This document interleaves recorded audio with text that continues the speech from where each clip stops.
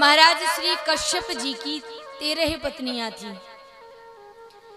जो देवताओं की माता है उसका नाम अदिति है, जो दैत्यों की माता है उनका नाम दिति है। दिति ने कहा, देखिए हमारी सारी बहनें गर्भवती हैं, हम भी चाहती हैं कि हमारे घर भी कोई संतान जन्म लेकर के आए, कोई बालक जन्मे। सायंकालीन बेला थी, गर्भाधान के लिए युक्त नहीं थी। महाराज श्री कश्यप जी कह रहे हैं, दिति इस समय भगवान शंकर अपने गणों के साथ आकाश में विचरण करते हैं, यह काम सुख के लिए समय उपयुक्त नहीं है। दिति के दुराग्रह पर झुकना पड़ा। जो संतान होगी वह राक्षस बन करके आएगी। दिति कह रही है, नाथ हमको तो सुलक्षणा संतान चाहिए, सत धर्मी हो ऐसी संतति चाहिए, राक्षस संतान नहीं चाहिए।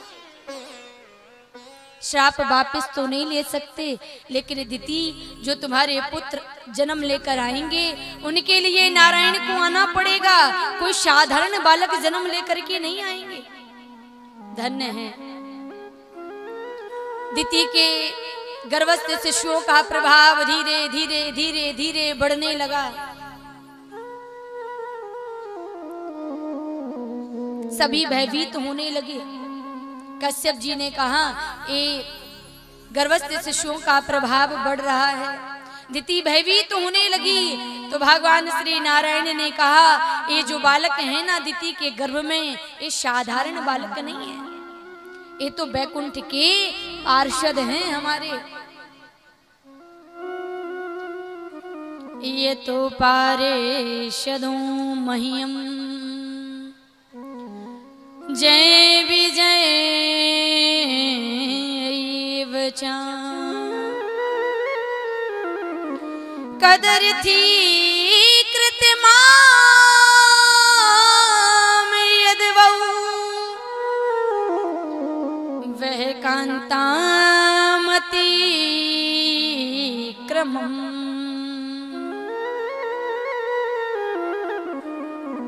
एक बार भगवान सनकादिक अपने पिता से मिलने के लिए बैकुंठ जाने लगी।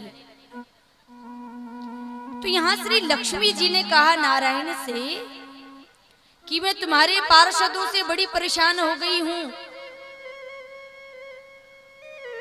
नारायण ने कहा, ऐसा कैसे?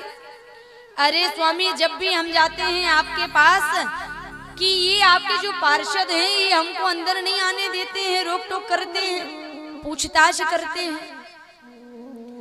अब पत्नी का अधिकार है, पति के पास किसी भी समय जा सकती है, उसके लिए कैसी रोक टोक? ये हमको बार बार रोकते हैं, जाने नहीं देते हैं, अंदर आपसे मिलने नहीं देते हैं। आप इनको बाहर निकाल दीजिए, इनको इस पद से ही निकाल दीजिए, बैकुंठ से। नारायण ने सोचा कि लक्ष्मी जी शिकायत कर रही हैं, और यदि हमने लक्ष्मी की बात को मान करके अपने जो जय और विजय नाम के ये पार्षद हैं इनको बाहर निकाल दिया तो लोग कहेंगे कि नारायण तो स्त्रैण है, लक्ष्मी जी की बात मान करके पार्षदों को बाहर कर दिया। इसलिए कोई ना कोई बहाना चाहिए, और उसके लिए क्या किया जाए? देखिए, लक्ष्मी जी नारायण के बिना कहीं जाती नहीं है, और जब नारायण के साथ जाती हैं तब फिर वहां से वापस नहीं आती हैं, नारायण के साथ ही वापस आती हैं।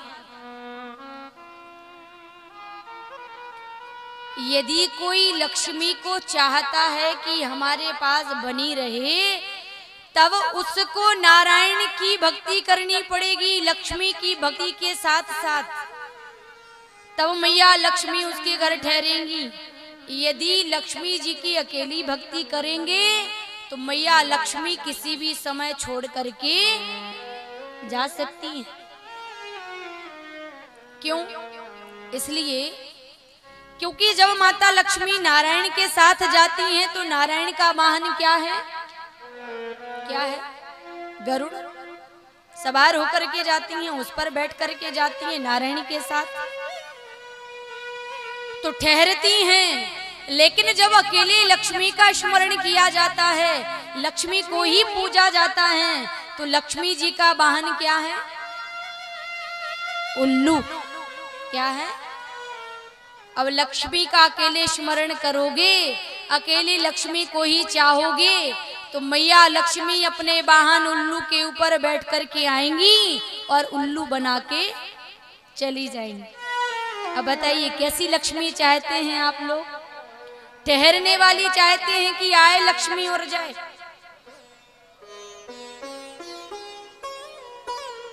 ठहरने वाली चाहते हैं ना।